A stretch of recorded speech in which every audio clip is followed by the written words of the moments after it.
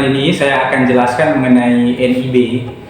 Jadi sebenarnya NIB itu apa? Jadi NIB itu nomor induk berusaha. Kalau dulu biasanya kita kalau misalnya mau buat NIB itu kita repot sekali ya. Dulu itu kita harus pergi ke dinas tertentu untuk membuat izin. Kemudian harus ada izin seperti TDP, kemudian izin-izin yang lain. Tapi sekarang membuat NIB itu sudah sangat gampang sekali. Jadi bagi teman-teman yang walaupun baru memiliki usaha, sebenarnya sudah sangat cocok untuk membuat NIB.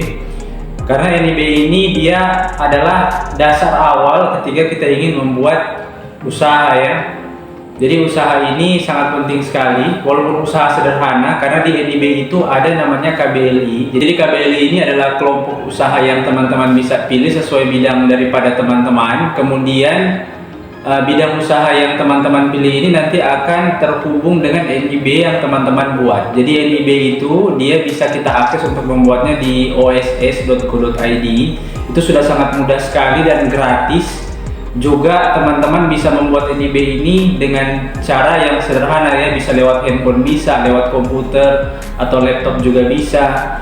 Jadi NIB ini juga sangat bagus sekali seandainya teman-teman mau buat website. Jadi ketika kita buat website, biasanya ada website yang domainnya itu .co.id. Nah, website.co.id ini itu biasanya kalau misalnya kita akan membuat website tersebut, dia harus memiliki izin.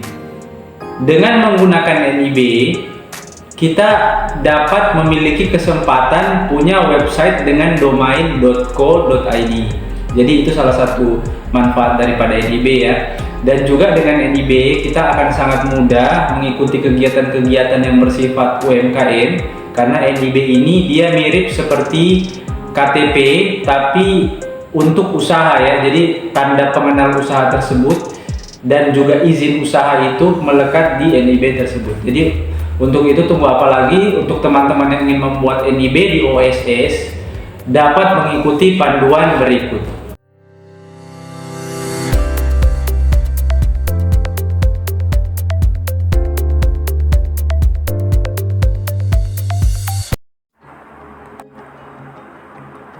Nah, jadi pertama kita harus masuk ke OSS dulu. Kita ketik OSS di Google. Setelah itu kita klik linknya oss.go.id. Biasa ada di bagian atas ya. Yang penting kita sudah tulis di Google OSS. Setelah kita klik, nanti akan muncul tampilan seperti ini, tampilan OSS. Kita langsung masuk ke button masuk sekarang. Jadi untuk membuat akun untuk awalnya, kita langsung klik masuk sekarang. Setelah itu kita langsung lihat di sini, kita langsung klik mendaftar ya. Kita harus daftar dulu jika kita belum ada akun seperti nomor ponsel dan kata sandi belum ada. Hal pertama kita klik adalah daftar. Kita klik daftar terlebih dahulu. Setelah itu kita pilih UMK. Jadi UMK ini adalah usaha untuk UMKM ya. Kita klik UMK. Setelah itu kita pilih lanjut. Jadi ini masih tahap awal, kita klik lanjut. Nah, setelah itu kita pilih orang perorangan. Jadi kita pilih jenis usaha orang perorangan. Setelah itu kita akan mengisi nomor induk nik kita, nik KTP, dan juga nomor HP. Jika nomor HP telah terdaftar, bisa menggunakan email ya. Jadi kita bisa menggunakan email. Kita klik email, kita masukkan emailnya. Jadi ini kita masukkan, email juga kita masukkan. Pastikan verifikasi ini dia muncul warna biru atau bisa diklik. Jika belum bisa diklik, kita bisa kembalikan dulu ke nomor ponsel dan klik email lagi. Masukkan email, nanti dia akan berhasil muncul seperti begini. Setelah itu kita langsung klik verifikasi. Jadi kita klik button verifikasi tersebut, maka akan langsung mengirim kode ke email kita, email yang kita masukkan tadi. Jadi kita langsung buka emailnya, kita buka email kita di Gmail ya, karena ini saya pakai Gmail. Kita buka emailnya, kemudian nanti kita langsung masuk di kotak masuk, ada OTP, kode OTP yang dikirim dari OSS yang kita mendaftar tadi. Kita pastikan kita copy paste saja atau kita ingat, karena ini yang akan dimasukkan. Setelah itu kita masukkan di kode ini. Nanti kalau sudah benar dia akan ada tanda centang hijau dan langsung masuk ke kata sandi. Di kata sandi ini kita masukkan itu minimal 8 karakter menggunakan huruf, angka, dan juga simbol ya. Setelah itu kita pilih lanjut. Jadi pastikan itu sudah benar semua, tanda hijau, dan kita klik lanjut ya. Kita akan klik button lanjut. Jadi pastikan dia sesuai dengan informasi yang tertera.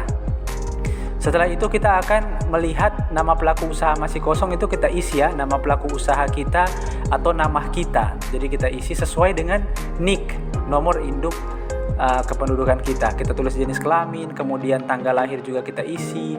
Alamatnya itu harus sesuai KTP, jadi harus sama persis provinsi, kabupaten, kota, dan kita klik daftar ya. Centang tanda menyetujui, klik daftar, maka hasilnya akan seperti ini, berhasil.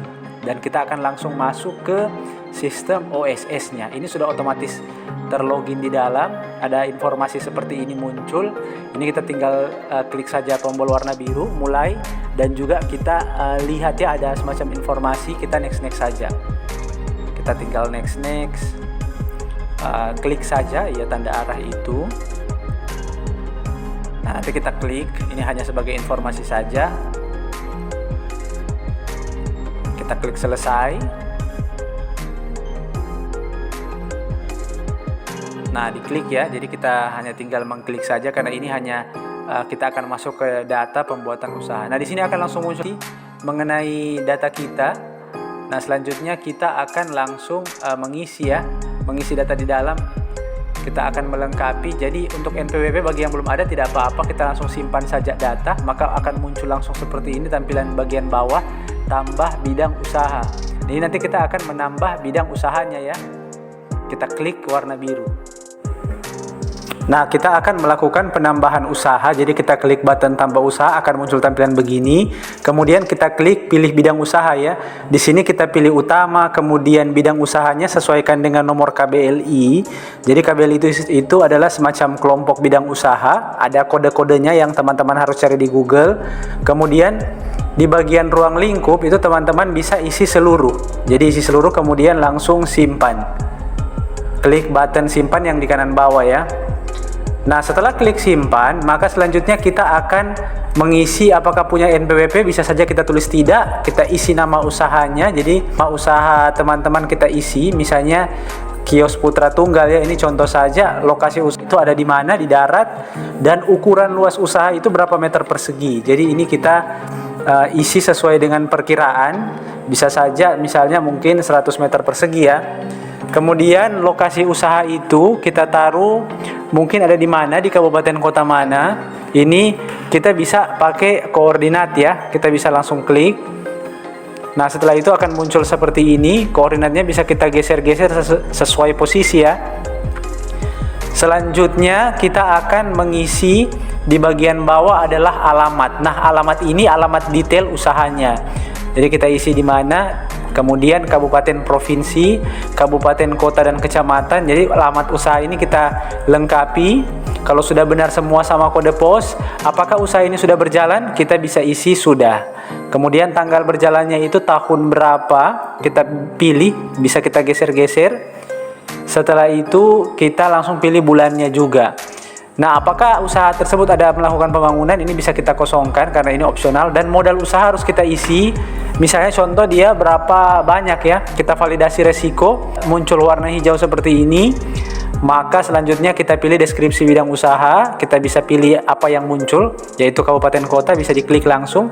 Kemudian jumlah tenaga kerja, perkiraan tenaga kerja teman-teman itu berapa, misalnya 2 atau 3 atau 1. Kemudian kita klik tambah produk atau jasa yang dijual di bidang usaha tersebut.